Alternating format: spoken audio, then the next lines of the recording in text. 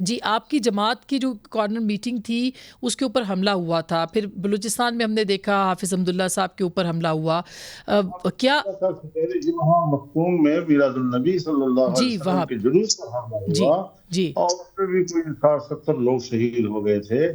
تو یہ کوئی ایسا معاملہ نہیں ہے کہ جس کو ہم آج ہی ڈسکس کر سکتے ہیں. ہمارے تو اب یہ زندگی کا حصہ بن گیا ہے.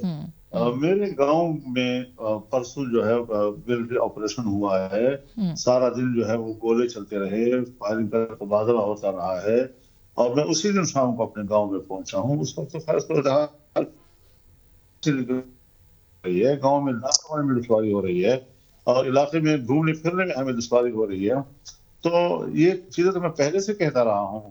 موسم والی بات اس پر مستضاد تھی، اور اب زرداری صاحب نے ایک اور اضافہ کر لیا کہ خیبر پختونخوا میں بہت سے غلط ووٹ اندراج کیے گئے ہیں، بلکہ افغان شہریوں کے ووٹ اندراج کیے گئے ہیں. تو یہ تو مزید تحقیق طلب مسئلہ بن گیا ہے الیکشن کمیشن آف پاکستان کے لیے بھی کہ اس کا تحقیق کی جائے، اور اگر ایسی کوئی بیرون ملک شہری یہاں ہمارے ووٹوں میں داخل ہو گئے ہیں تو ان کا تصفیہ ہونا چاہیے، کیونکہ وہاں ووٹ تو ڈالتے نہیں ہیں. پھر کون ان کا ووٹ کاسٹ کرتا ہے، کون پھر اس سے وہ بکسے بھرتا ہے، کیا نتیجے برآمد ہوتا ہے.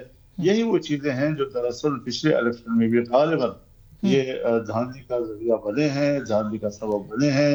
اور ہم شفاف الیکشن کا مطالبہ کر رہے ہیں. تو ہمیں الیکشن ضرور چاہیے، لیکن الیکشن اور شفاف الیکشن کا ماحول بھی تو چاہیے. بالکل. اچھا، یہ جو آپ نے شفاف الیکشن کی بات کی اور پھر افغان ووٹرز کی بات جو زردائی صاحب نے کی، آپ ایک بہت بڑی سیاسی جماعت ہیں خیبر پختونخوا کی بھی اور ویسے بھی، لیکن کیا آپ کو لگتا ہے کہ واقعی یہ بات درست ہے؟ اور کیا ایسا ہے تو آپ نے پوائنٹ آؤٹ کیا اس معاملے کو کہ افغان ووٹرز رجسٹر کیے گئے تحریک انصاف کو فیسیلیٹیٹ کرنے کے لیے، ان کی سہولت کاری کے لیے؟ اس سے قبل تو ہم نے اپنے طور پر ہمارے علم میں نہیں تھا، لیکن جب رات کو ہم نے جناب آصف علی زرداری، ہم تو حساس لوگ ہیں اس حوالے سے، اور ہمیں تو یہ چبھی ہے یہ بات. لیکن اب میں سوچتا ہوں کہ پھر اس کی تحقیق تو کی جائے، اس ووٹ کو تو صاف کیا جائے.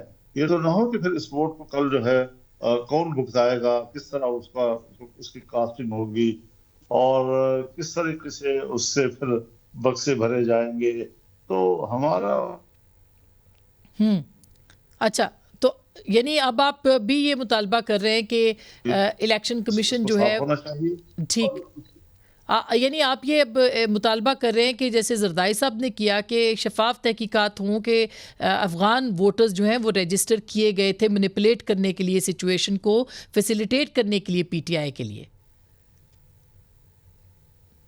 بالکل، اگر ایسا ہے جیسے کہ انہوں نے فرمایا ہے تو میں ضرور یہ کہوں گا کہ اس کو صاف ہونا چاہیے اور اسے تمام ووٹ ختم ہو جانے چاہیے، لیکن اس کی تحقیق ہونی چاہیے. الیکشن کمیشن اس حوالے سے اطمینان حاصل کرے.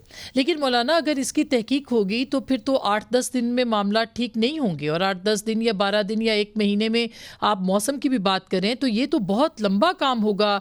ووٹر لسٹوں والا بھی اور دیگر پتہ نہیں کہاں کہاں مینیپولیشن ہوئی ہوگی، جس طرح کہ آپ کے بھی شکوک و شبہات ہیں، تو اس میں تو وقت لگ جائے گا. تو انتخابات تو پھر ڈیلے ہو سکتے ہیں.